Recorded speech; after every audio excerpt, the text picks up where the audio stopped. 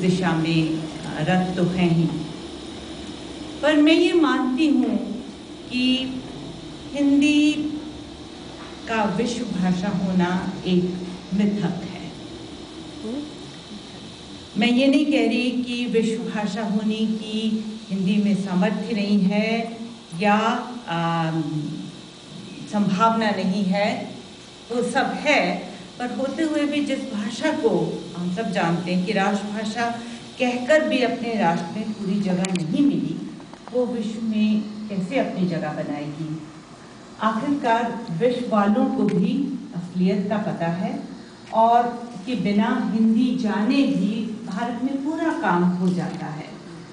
तो वो सीखने का झंझट क्यों पालें, और चाहे राजनीतिक स्तर पर हो या आर्थिक, व्यापारिक, यहाँ तक कि हम सब जानते हैं कि हमारे देश के प्रधानमंत्री से भी आप हिंदी में बात नहीं कर सकते हैं।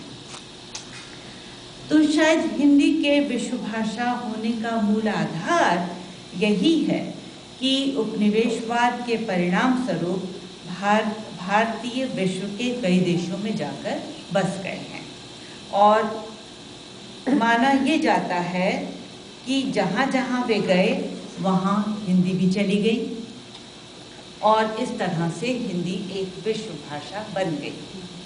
हम ये भूल जाते हैं कि उसका इस्तेमाल वही मुट्ठी भर भारतीय ही करते हैं और वे भी हिंदी भाषी भारतीय, वरना भारत में और भी भाषाएं हैं और हर तरह के केरल समाज, पंजाबी समाज हैं यहाँ, और वो देश जहाँ वो रहते हैं वो देश इस भाषा का इस्तेमाल नहीं करता, सिर्फ भारतीय करते हैं। उनके कर्म क्षेत्र में या आमतौर पर खास इस्तेमाल में वहाँ की स्थानीय भाषा ही होती है, अंग्रेज़ी, फ्रेंच, जो भी जहाँ की भाषा होती है, हिंदी नहीं। मॉरिशस की बात कई लोगों ने की, कृष्ण कुमार जी ने भी की, तो मॉरिशस में 70% हिंदी मूल के लोग हैं और जहाँ को लेकर के हिंदी वालों को बहुत गर्व है कि वहाँ हिंदी बोली जाती है। पर वहाँ के एक विद्वान का कहना है, और मैं कोट कर रही हूँ, मॉरिशस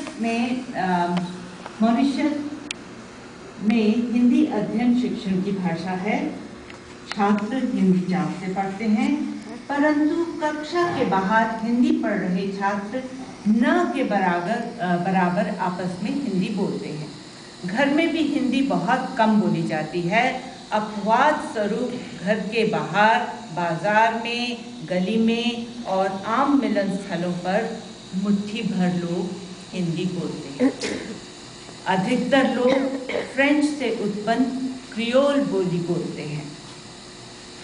समस्त प्रयासों के बाद भी मॉरिशस में हिंदी बोलने का वातावरण पैदा नहीं हो पाया है। तो ये मॉरिशस के विद्वान का कहना है, वीरसेन जागा सिंह का। और आगे चलकर यही लेखक कहते हैं, पश्चिम का सांस्कृतिक आक्रमण इतना प्रबल और प्रभावशाली है कि हिंदी मानसिकता उसका सामना नहीं कर पाती।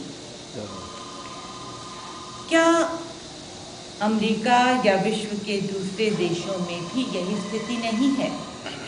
सिवाय इस तरह की महफिलों के जिसमें हम बैठे हैं, और कहाँ आपको हिंदी बोली जाती दिखेगी? ये सवाल है मेरा। देखा जाए तो भूमंडलीकरण के कारण भारत के अमेरिका से आर्थिक, व्यावसायिक इत्यादि कई स्तरों पर संबंध बढ़ रहे हैं, लेकिन क्या बिजनेस करने वाले हिंदी का प्रयोग करते हैं?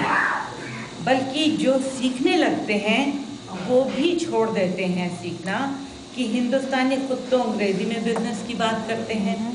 अमेरिका के सम्मेलनों में जब हिंदी की बात होती है तो भी पर्चे अंग्रेज़ी में ही पढ़े जाते हैं, सारी कार्यविधि अंग्रेज़ी में होती है।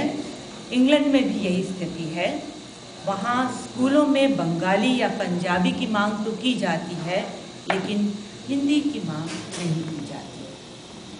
सवाल ये है कि भारत में ही स्थिति कौन सी बेहतर है, और इस पर सब लोग बात कर चुके हैं। क्या पश्चिमी मानसिकता से भारत छुटकारा पा सकता है, और जो भारतीय पश्चिम में आकर बस गए हैं, क्या उन्हीं के लिए इस मानसिकता से उबरना संभव है? सच तो यह है कि उपनिवेशवाद ने जिस मानसिक दास्तां की जंजीरों को हमारे मन और दिमाग को जकड़ा है, वे सदियों तक अपना असर दिखाती रहेंगी। शिक्षित होने का मतलब ही है भारत में कि अंग्रेजी पढ़ा लिखा होना। एक रिक्शा वाला भी किसी तरह पैसे जमा करके अपने बच्चे को अंग्रेजी माध्यम के स्कूल में भेजना चाहता है ताकि उसका भविष्य सुधरे। जिस भाषा का इस्तेमाल